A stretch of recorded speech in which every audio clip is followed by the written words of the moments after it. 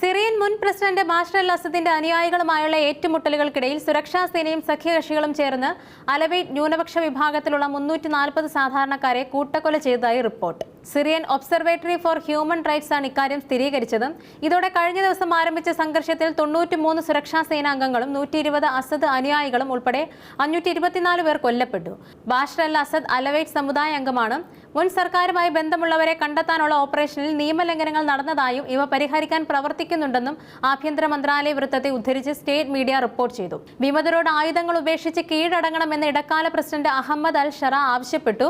സംഘർഷം തുടരുന്ന മേഖലകളിലേക്ക് കൂടുതൽ സൈന്യത്തെ വിന്യസിച്ചിട്ടുണ്ട്. ലഡാക്കിയയിൽ കർഫ്യൂ പിൻവലിച്ചിട്ടില്ല. കൂടാതെ റോഡരികിൽ വെടിയേറ്റ ആളുകളുടെ മൃതദേഹങ്ങൾ നിരത്തിക്കിടത്തിയിരിക്കുന്നതിന്റെ ദൃശ്യങ്ങൾ പുറത്തു വന്നിട്ടുണ്ട്.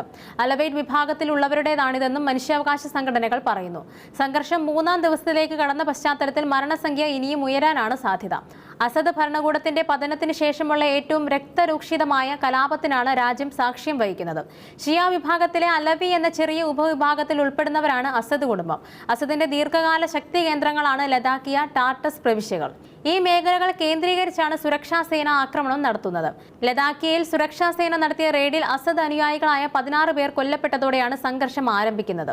അസദ് ഭരണകൂടത്തിന്റെ അട്ടിമറിക്ക് ശേഷം അലവൈറ്റ് വിഭാഗം നേരിടുന്ന ഏറ്റവും രൂക്ഷമായ ആക്രമണമാണ് ഇപ്പോഴത്തേത്. അസദിന്റെ ജന്മനഗരമായ ഖ്വാർത്തയും സമീപത്തെ അലവി ഗ്രാമങ്ങളും സിറിയൻ ഭരണകൂടത്തിന്റെ നിയന്ത്രണത്തിലല്ല. 14 വർഷത്തെ ആഭ്യന്തര യുദ്ധത്തിന് ശേഷം സിറിയയെ ഒന്നിപ്പിക്കുമെന്നും ഇസ്ലാമിക ഗ്രൂപ്പായ ഹയാത്ത് തഹ്രീർ അൽ ഷാമിന്റെ നേതൃത്വത്തിൽ പുതിയ സർക്കാർ അറിയിച്ചെങ്കിലും സുരക്ഷ പുനഃസ്ഥാപിക്കാൻ ഇതുവരെയും കഴിഞ്ഞിട്ടില്ല. HDS നിയന്ത്രണത്തിലല്ലാതെ പട്ടണങ്ങളിലും ഗ്രാമങ്ങളിലും അധികാരം പുനഃസ്ഥാപിക്കാൻ സുരക്ഷാ ഉദ്യോഗസ്ഥരെ വിന്യസിച്ചും മറ്റു നഗരങ്ങളിൽ നിന്നും ആയിരക്കണക്കിന് ആളുകളെ കുടിയൊഴിപ്പിച്ചും ആക്രമണാത്മകമായ രീതിയിലാണ് സർക്കാർ പ്രവർത്തിക്കുന്നത്. ചുരുക്കി പറഞ്ഞാൽ ദിവസങ്ങൾ കഴിയുന്തോറും സിറിയ വീണ്ടും അശാന്തിയിലേക്ക് പോവുകയാണ്. സിറിയയുടെ മുൻ പ്രസിഡന്റ് ബാഷർ അൽ അസദ് അനുകൂലികളും സിറിയൻ സുരക്ഷാ സേനയും തമ്മിലുണ്ടായ ഏറ്റുമുട്ടലിൽ നിന്ന് 300-ലേറെ പേർ കൊല്ലപ്പെട്ടിരുന്നു. ലഡാക്കിയയിലെ തീരദേശ മേഖലയിൽ തുടങ്ങിയ സംഘർഷം ടാർട്ടസിലേക്കും വ്യാപിച്ചിരുന്നു. അസദ് സേനയിലെ ദി ടൈഗർ എന്ന മുൻ കമാൻഡർ സുഹൈൽ അൽ ഹസന്റെ അനുയായികളായ തോക്കുധാരികൾ സുരക്ഷാ സേനയുടെ ചെക്ക് പോസ്റ്റുകൾ ആക്രമിച്ചതോടെയാണ് ഇത്തരത്തിൽ ഏറ്റുമുട്ടലുകൾ ആരംഭിച്ചത്. 2015-ൽ വിമതർക്കെതിരെ അസദ് സേനയെ നയിച്ചത് ഹസനാണ്. എന്നാൽ തീരമേഖലയായ ഖനിയാസും ജബ്ലയും ഇപ്പോഴും അസദ് അനുകൂലികളുടെ നിയന്ത്രണത്തിലാണ്. മാത്രമല്ല ഇവിടെ ന്യൂനപക്ഷമായ അൽവൈറ്റുകൾ അധിവസിക്കുന്ന മേഖലയാണ്. മുൻ പ്രസിഡന്റിന്റെ സുരക്ഷാ സേന ചുമതലയുണ്ടായിരുന്നവരുടെ ആസൂത്രണത്തിലാണ് ആക്രമണങ്ങൾ നടക്കുന്നത്.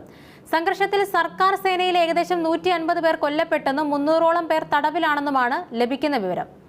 നിരവധി സിവിലിയന്മാരും ഇവിടെ കൊല്ലപ്പെട്ടിട്ടുണ്ട്. അസദ് അനുകൂലികളുടെ ശക്തി കേന്ദ്രമായ ലഡാക്കിയൻ ഗ്രാമങ്ങളിൽ സിറിയൻ സുരക്ഷാ സേന വ്യോമാക്രമണം നടത്തിയതായി ബ്രിട്ടനിലെ സിറിയൻ യുദ്ധ നിരീക്ഷണ സംഘടന Syrian observatory human rights report ചെയ്തു. ഇസ്രയേലിൽ ഹമാസ് ഭീകരർ നടത്തിയ ആക്രമണത്തിന് ഇസ്രയേൽ നൽകിയ തിരിച്ചടി ലോകത്തിന്റെ പല കോണുകളിൽ നിന്നും പ്രതിഷേധങ്ങൾ ക്ഷണിച്ചു വരുത്തിയിരുന്നു. മനുഷ്യാവകാശ പ്രവർത്തകർ വലിയ ചർച്ചയാക്കിയ ആ സംഭവത്തിൽ ഇരകളോട് ഐക്യദാർഢ്യം പ്രഖ്യാപിച്ച് നിരവധി പ്രമുഖരും രംഗത്തെത്തിയിരുന്നു.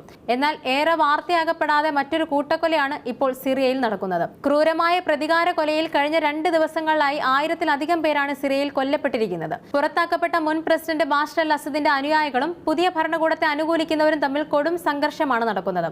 കൂട്ടക്കൊലകളിൽ 745 സിവിലിയന്മാർ കൊല്ലപ്പെട്ടപ്പോൾ 125 സുരക്ഷാ സൈനികരും 148 ഭീകരന്മാരും കൊല്ലപ്പെട്ടതായി ബ്രിട്ടൻ ആസ്ഥാനമാക്കി പ്രവർത്തിക്കുന്ന സിറിയൻ ഒബ്സർവേറ്ററി ഹ്യൂമൻ റൈറ്റ്സ് പറയുന്നു.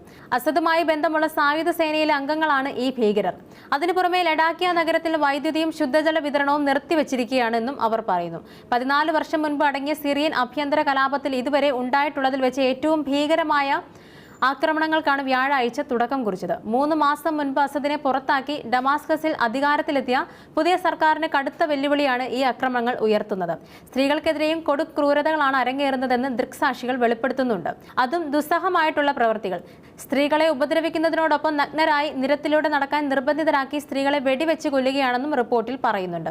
പുതിയ സർക്കാരിനോട് കൂറു പുലർത്തുന്ന സുന്നി പടയാളികളാണ് അസദിനെ പിന്തുണയ്ക്കുന്ന അലാവൈറ്റ് വിഭാഗത്തിന് നേരെ ആദ്യമായി അക്രമം അഴിച്ചുവിട്ടതെന്നും ഡെയിലി റിപ്പോർട്ട് ചെയ്യുന്നു. പലയിടങ്ങളിലും നിരത്തുകളിലും വീടുകൾക്കുള്ളിലും മൃതദേഹങ്ങൾ ചിതറിക്കിടക്കുകയാണെന്നും റിപ്പോർട്ടുകളിൽ പറയുന്നുണ്ട്. ചിലയിടങ്ങളിൽ മൃതദേഹങ്ങൾ അടക്കം ചെയ്യുന്നതിന് അക്രമികൾ തടയുകയും ചെയ്യുന്നുണ്ട്. അക്രമം അതിന്റെ മൂർധന്യതയിലെത്തിയ ബനിയാസ് നഗരത്തിൽ പലരും പലായനം ചെയ്യുകയാണ്. അസദ് സർക്കാർ ചെയ്ത ക്രൂരതകൾക്കുള്ള പ്രതികാരമായാണ് അലവൈറ്റ് സമൂഹത്തെ ആക്രമിക്കുന്നതെന്നാണ് ചില പാശ്ചാത്യ മാധ്യമങ്ങൾ റിപ്പോർട്ട് ചെയ്യുന്നത്.